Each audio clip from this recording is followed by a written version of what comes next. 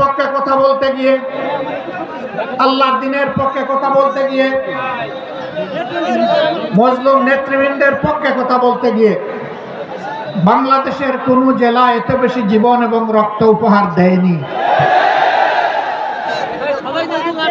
এই জন্য সাতক্ষীরার অবস্থান বাংলাদেশ জামাতে ইসলামের কাছে অনন্য উচ্চতায়।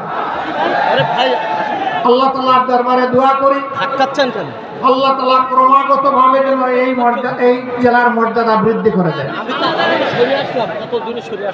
সম্মানিত ভাই ও বোনেরা, বাংলাদেশ আমাদের প্রিয় জন্মভূমি।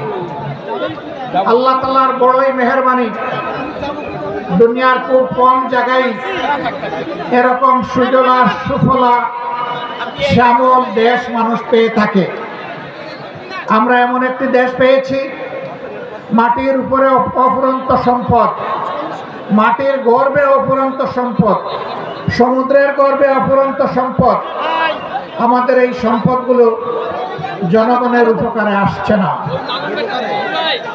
যারা জনগণের ত্রাতা হয়ে কর্তা হয়ে বিভিন্ন সময় দেশ শাসন করেছেন, জনগণের সম্পদ সুকৌশলে চুরি করে তারা তাদের পকেটে ঢুকিয়েছে।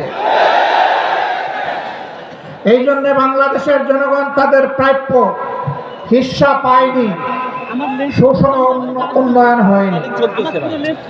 15 সালের দিকে কোনো এক রমজানে আমি ঈদ উদযাপন করতে এসেছিলাম এই জেলার শহীদ পরিবারগুলোর সাথে।